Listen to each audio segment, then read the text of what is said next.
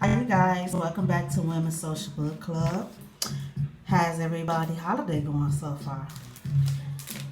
So, I'm reading A Deeper Love Inside by Sister Soldier, which is the Portia story. And yesterday I left off on chapter 4, and I was a little bit into chapter 4. You guys, make sure you comment to let me know what you guys think so far, or give me your feedback. So here goes. The male doctor's hands were pink in his palms and were hairy on the flip side. His bushy boogie eyebrows had dandruff, big enough to see, almost as big as a snowflake. His fingertips were cold.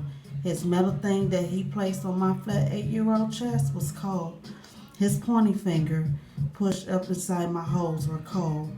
He shoved a stick down my throat and pinned down my tongue. He shined bright, then thin, on light into each of my pupils. Lying flat on a cold table, he hit my knees with a hammer. My leg jumped. Okay, as you know so far, she is actually in juvie, and she is actually getting an exam. You know how, well, I never been locked up, but I heard a lot of stories when you get an exam. They do all kind of crazy things to you. They're trying to make sure you don't have anything, or, you know. But in the background, I am listening to some Mary J. Blige. Yes, a big fan of Mary. Yes. I sit up. He ordered me. Hold out your hand, he said, ignoring my nervous fingertips shaking. He flipped my hand around and pricked me with a needle between my thumb and the finger right next to it. He squeezed my finger till my blood burst out of the tiny hole that he made. He did some quick moves, then wiped my blood away with a band-aid. It is as though he was the one who had cut me in the first place. Lay down, he ordered. This doctor sound like he a pervert. When he said done, he dragged his hand down my body and touched lightly the front of my panties. Like light enough to pretend he didn't do it. I peed. Even when I squeezed my legs together, my warm piss wouldn't stop gushing out. It was the only one I felt in a room so cold my piss turned into piss sickles. He sound like he a perv. It's how these doctors are in real life, especially these male doctors. They get your kids on these examining tables and think you're not paying no attention. You should have saved that for my cup, the doctor said, now holding a small plastic container in his right hand. Now that he wanted me to pee for me, none would come out. What had already come was lacking from the metal table to the floor. And a washroom big as the living room in the projects of a cold floor that could have been made of ice blocks. One guard blast me with cold water. My lips trembled.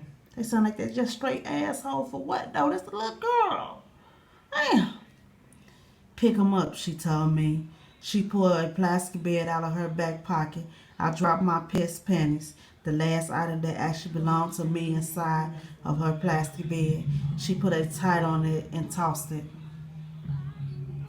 Get dressed, she ordered, offering me no towel to dry my drenched skin. From now on, walk on the right side of the line, she ordered. Her voice echoed in the dark hallway. Her shoes clicked out 43 steps. She stopped walking and clicking. Then she aimed her high-powered flashlight at my feet. My damp paper shoes were no protection against the frozen floor. I'm sorry, guys. I got to start another Mary J. Blige song. Yes, like I told you guys before, I love music, especially the old school. This is one of my favorites.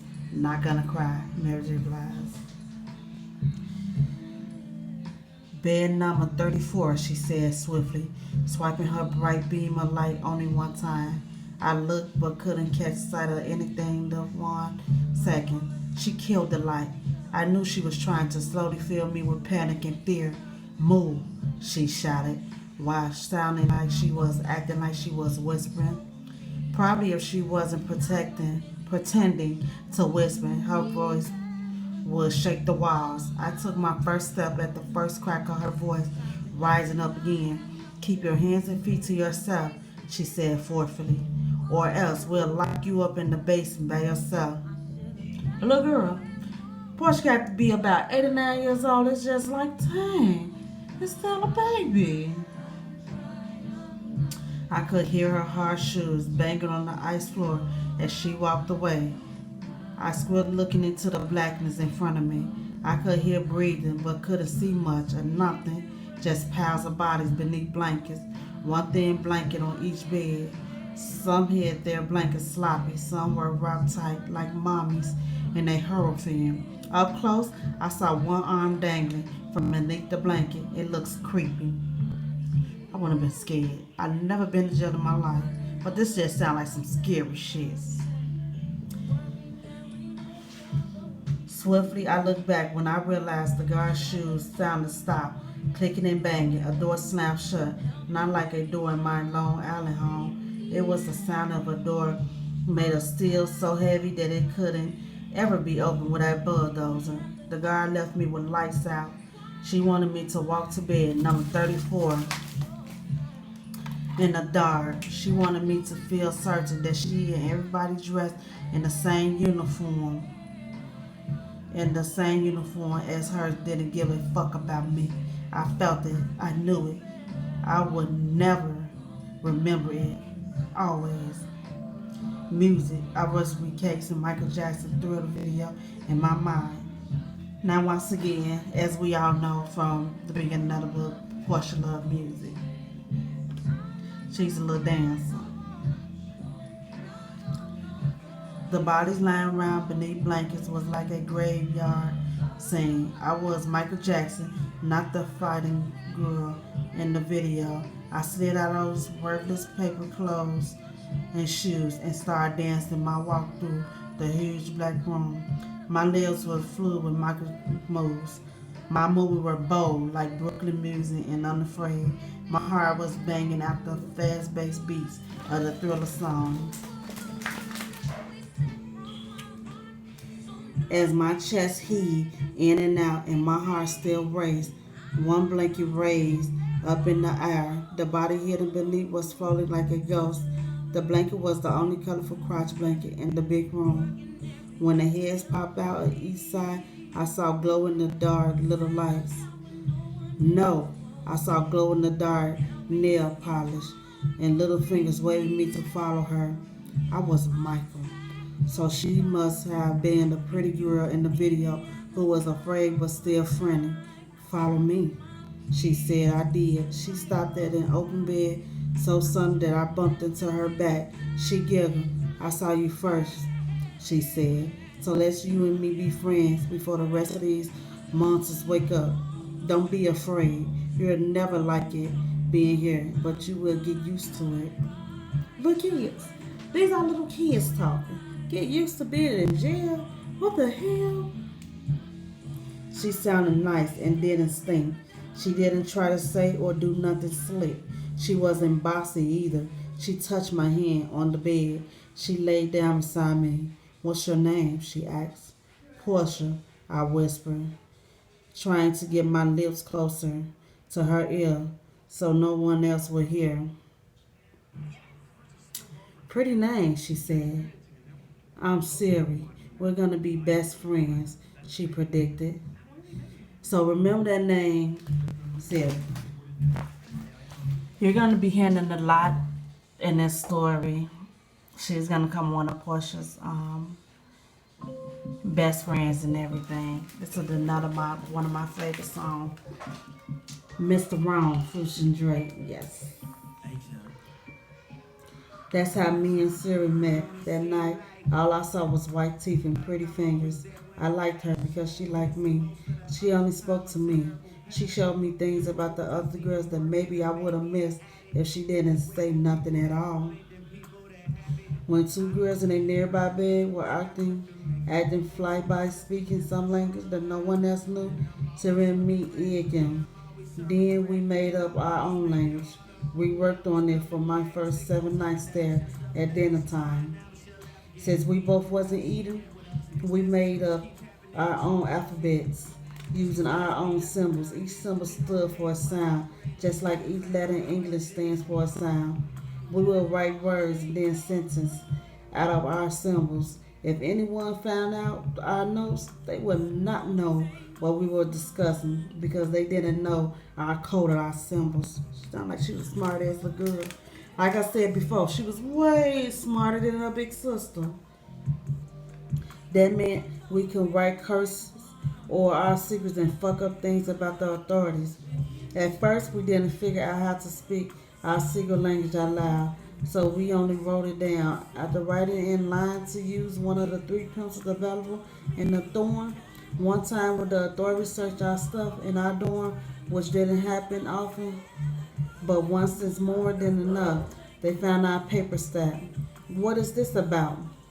We didn't answer, just shrugged our little shoulder. They stole our pages and never gave them back.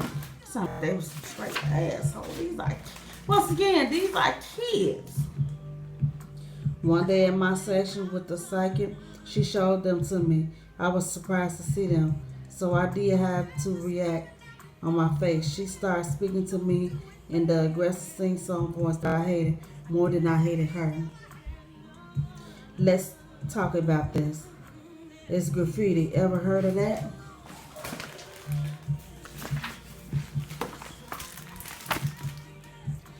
No, not exactly, she answered. It's just a bunch of pretty design. Don't you think it looks pretty? I asked her. She stared at the page and paused and then said, I'm the one asking the questions here. She was mad that she couldn't figure me out. She couldn't get comfortable with being outsmarted by the girls she thought were the lower, dumbest, and most crazy little things ever. She met her match, didn't she?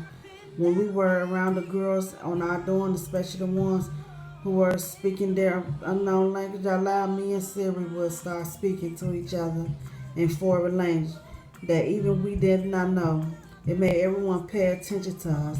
It made everyone want to know our language. We want to tell them shit. They get extra red when we suddenly start laughing. We'd be like, yeah, we flipped it around on y'all bitches. That made them start to accuse us of shit that we had nothing to do with. They was just mad that we wasn't mad. They hated when that girl didn't need them, their clique, and their bullshit. I fought, but Sarah didn't. I fought for her, took the punishment, and never snitched on anything she did or that we did together. She wasn't mad for fighting. Terry was the only warmth in a cold, cold place. She was soft and loving. She was into fashion and looked like she belonged or a bottomless ad, draped in expensive cashmere sweater made of thick and colorful yarns. She wasn't a conceited bitch. She was an exclusive mind. When I heard music in mine, Siri would bum humming along with it. Hearing her hum was real soothing and different. I mean, I was in love with music of all kinds, especially songs that made me catch feelings was remembering. I was used to hearing the beatbox, rum, and all types of voices and instruments. I didn't have no right name for it, but Siri was like a professional hummer. Her voice masked me, even when it was beneath a breakbeat. She was the soundtrack to the film that I didn't want to be staring in, but was no matter who else I met, fought, or around with, me and Siri had been inseparable since we met in the cold, dark dorm. So that was chapter 4. Yeah, that was chapter 4. It just let you know. It's just telling you basically that how she became friends with Siri and everything, and how she came in the system and was searched.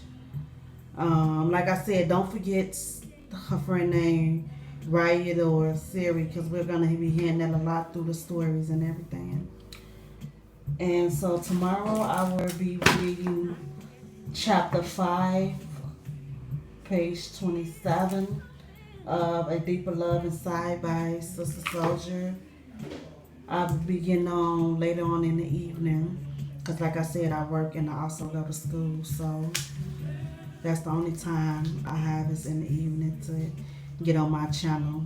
But you guys make sure you comment to let me know what you think of the book so far. Or you, like I said, you can also recommend books to me to read, you know.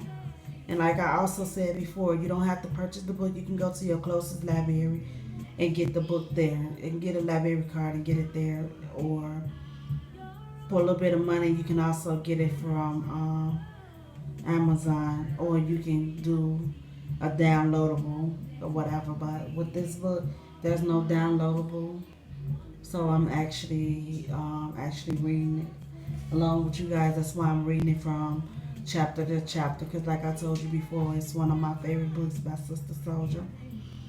So you guys let me know what you guys think of the book so far.